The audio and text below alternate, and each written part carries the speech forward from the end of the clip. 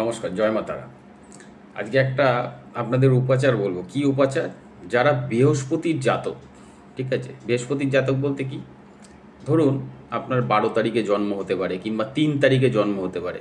আপনি যথেষ্ট মানে কোয়ালিটি আছে আপনার, ঠিক আছে, আপনি মানে উচ্চ শিক্ষিত। একটা বিষয় জানতে হবে, বৃহস্পতি কিন্তু জ্ঞানের প্ল্যানেট প্লাস হচ্ছে অর্থের প্ল্যানেট, ঠিক আছে।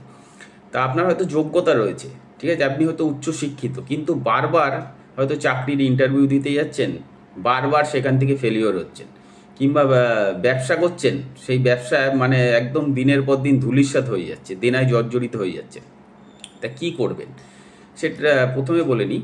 যেখানেই স্নান করুন না কেন, সেটা পাতকুয়ায় হোক, বাড়ির বাথরুমে হোক, টিউবওয়েলে হোক বা পুকুরে হোক, প্রত্যেক বৃহস্পতিবার দিন বাজার থেকে এক গাঁট একটা কাঁচা হলুদ কিনে নিয়ে আসবেন। সেটাকে মিক্সিতে হোক কিংবা শিলে হোক বেটে নেবেন। যে জলে স্নান করছেন সেই জলের মধ্যে হলুদটা পুরো মিশিয়ে দেবেন। সেই হলুদটা দিয়ে স্নান করবেন প্রত্যেক বৃহস্পতিবার, মানে সপ্তাহে একদিন বৃহস্পতিবার। এরকম 1 মাস করবেন, মানে 4টে বৃহস্পতিবার স্নান করবেন। 4টে বৃহস্পতিবার আপনার স্নান করা হয়ে গেল। হয়ে যাওয়ার পরে বৃহস্পতির আরাধ্য দেবী হচ্ছে মা তারা, ঠিক আছে। 1 মাস স্নানের পরে, 1 মাস পরে আপনার বাড়ির আশেপাশে যে কোনো একটা মা তারার মন্দিরে আপনার যেরকম ফল মিষ্টি, একটা জবার মালা, যেরকম সামর্থ্য অনুযায়ী নিজের মনস্কামনা জানিয়ে পুজো দিয়ে আসবেন।